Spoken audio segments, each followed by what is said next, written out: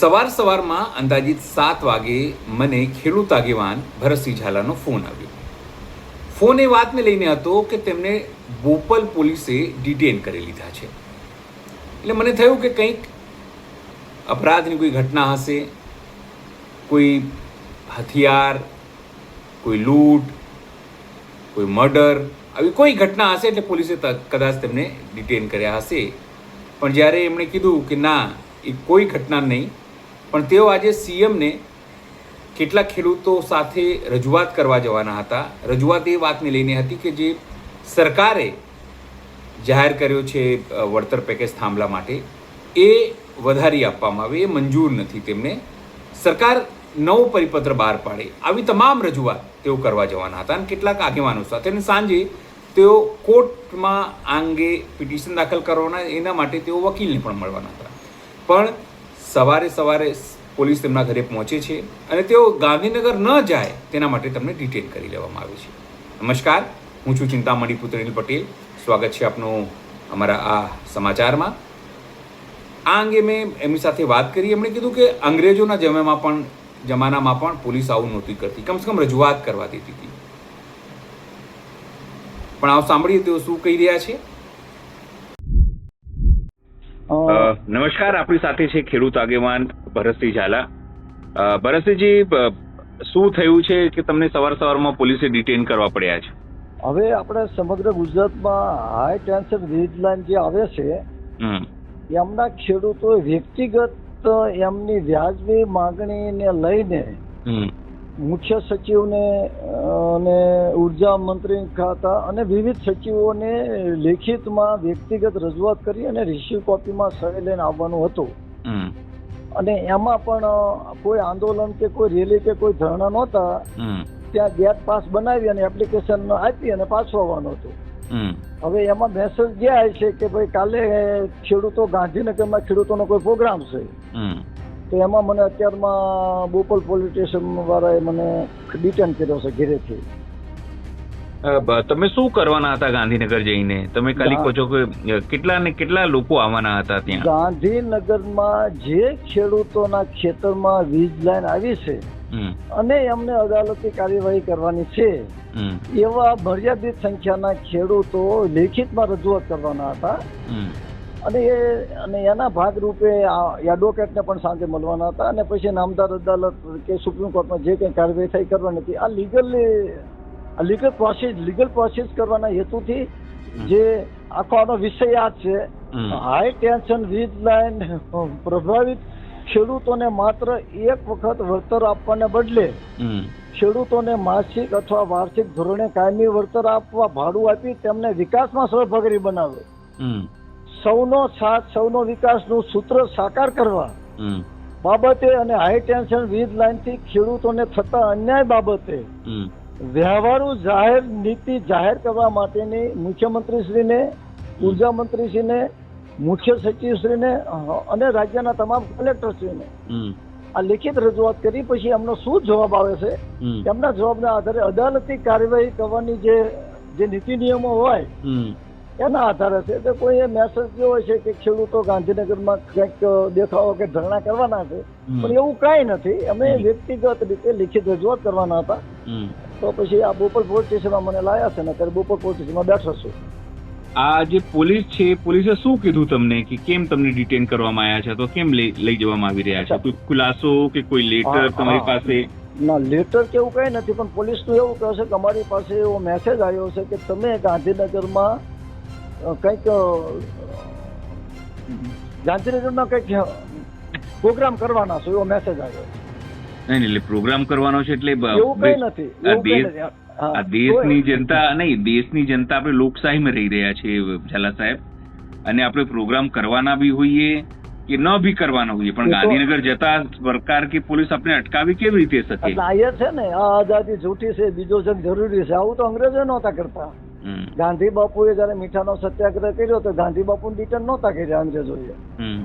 અને આ તો રેલી કે ધરણા કઈ છે જ નહીં. આ જે ગેટ મુખ્યમંત્રીના કાર્યાલય મળવા જવા માટે પાસ આપે છે, એ પાસ લઈ અને ત્યાં એપ્લિકેશનમાં સહી લઈ લે એટલે એમનું કેવું એવું છે, બોપલ પોલીસમાં ત્યાં મેસેજ આવ્યો કે તમે કંઈક ગાંધીનગરમાં કંઈક પ્રોગ્રામ કરવાના છો એમ. ના ના, પ્રોગ્રામ બી કરવાના હોય તો એ પોલીસને શું જોવાનું છે, મારે એ સવાલ છે. સુરક્ષા પોલીસને હું એ જ કહું છું ને કે પોલીસને સુરક્ષા જોવાની હોય છે. એના બદલે અને આપણે તો 1980 થી આ કાર્ય કરી રહ્યા છીએ. મને કોઈ દિવસ ગાંધીનગર રજૂઆત કરવા જવા માટે મને કોઈ દિવસ નથી રોક્યો. આ પહેલો બનાવ છે. એટલે કંઈક એવું છે અત્યારે કે ચોરો કે દરબાર में सच्चाई फरियादी है ये कैसी आजादी है. પણ એક સામાન્ય નાગરિક જો સીએમ ને રજૂઆત કરવા જવા માંગતા હોય તો ખેડૂતો જે છે સીએમ એટલે મુખ્યપ્રધાન ભૂપેન્દ્ર પટેલ ની રજૂઆત કે રજિસ્ટ્રીમાં લેટર આપવા જવા માંગતા હોય, જો પોલીસ ન જવા દે તો પછી આવી લોકશાહીનો મતલબ શું છે? લોકોને આ તો લોકો દ્વારા ચાલતું તંત્ર છે અને એમાં લોકોને જો પોલીસ આવી રીતે પકડી લે, ન જવા દે તો પછી શું કરવાનું છે?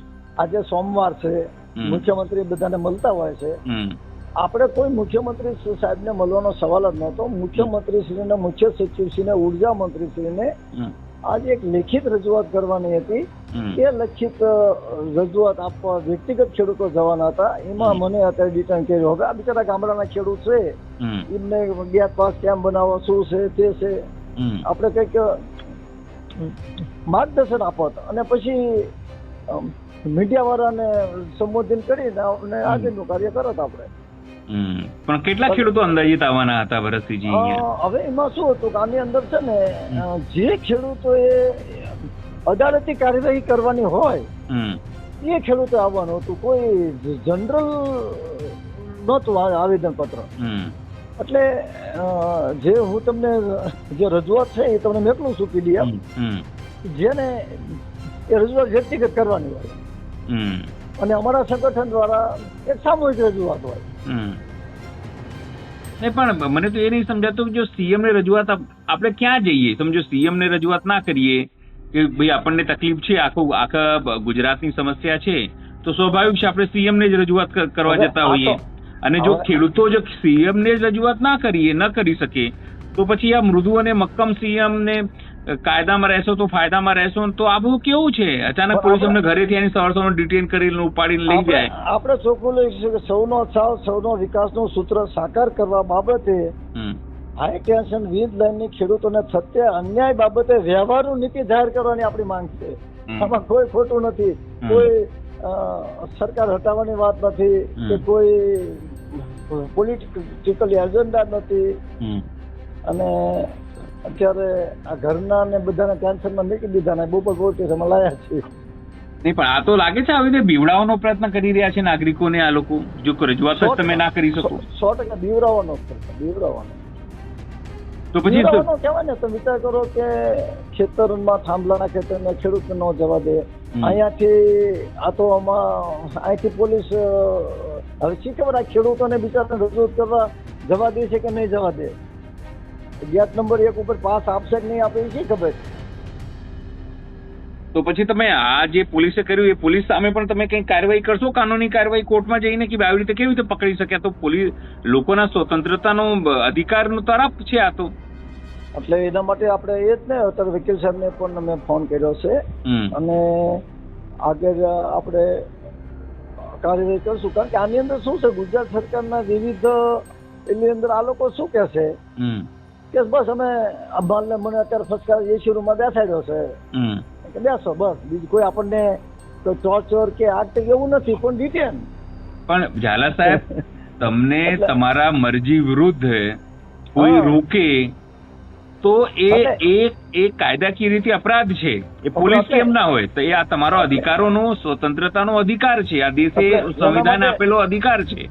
એટલે એના માટે જ આપણે વકીલ સાહેબને અત્યારે મેં બધું આ મેસેજ મોકલાયો છે અને પછી જે કંઈ અદાલતી કાર્યવાહી થાય આપણે કરશું, ચોક્કસપણે કરશું. અને ફરીથી આપણે હવે જે કંઈ કરશું એ મર્યાદિત સંખ્યામાં હતું આ વખતે, અને હવે જે કરશું એ આપણે ગાંધીનગર પોલીસ સ્ટેશનની મંજૂરી લઈ અને મોટી સંખ્યામાં કરશું. કોઈ વાંધો નહીં. ધન્યવાદ ભરતસિંહજી, આપે અમારી સાથે વાત કરી.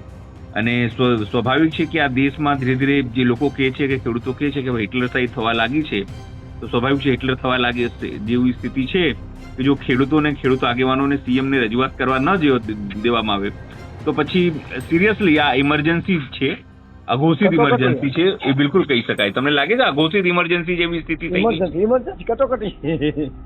હા, એટલે ઇન્દિરા ગાંધીએ તો કહીને ઇમરજન્સી લગાવી હતી એવું લાગે છે, અને અહીંયા આ સરકારમાં અઘોષિત ઇમરજન્સી છે. જી જી, કઈ કહેવાનું છે આપને? હા, બસ તો અત્યારે બોપલ પોલીસ સ્ટેશનમાં શું કોઈક મીડિયા વાળા હોય તો મેકલો મેસેજ કરી દો, મેસેજ બધાને કરી દો. જી જી, બિલકુલ બિલકુલ, હું બધાને બી કહું છું, કારણ કે આ તો ના ચાલે બિલકુલ. બસ બધા મીડિયાને મોકલી દો ને કે બોપલ પોલીસ સ્ટેશન મેસેજ ભરત છે. ચાલો, ઓકે ઓકે સાહેબ, ઓકે. જે રીતે ભરતસિંહ ઝાલાએ વાત કરી તેમણે સ્પષ્ટપણે કહ્યું કે સીએમને રજૂઆત કરવા જતાં પણ જો ખેડૂતોને અટકાવવામાં આવતા હોય તો પછી આ લોકશાહી શેની, નાગરિકોની નાગરિકતાના અધિકારો ઉપર તરાપ શેની સરકારને કે પોલીસને લાગે છે કે એક ખેડૂત આગેવાન કેવી રીતે સીએમને કે આખા સચિવાલયને કે આખા વિધાનસભાને કે આખા પોલીસને કે આખા તંત્રને જોખમ હોઈ શકે છે કે તેને ડિટેન કરવામાં આવ્યા છે. આપ શું માનો છો આ અંગે? શું આપણે ઇમરજન્સીમાં જીવી રહ્યા છે? એક મોટો સવાલ છે. જરૂરથી આ અંગે આપ મારા કોમેન્ટ બોક્સમાં કોમેન્ટ કરજો. એ સિવાય મારા યુટ્યુબ ચેનલ લાઈક કરો, સબસ્ક્રાઈબ કરો, બેલ આઇકન દબાવો, સાથે મારા નવા ઇન્સ્ટા પેજ અને ફેસબુક પેજને પણ લાઈક કરો, શેર કરો અને ફોલો કરો. અત્યાર માટે બસ આટલું જ. નમસ્કાર.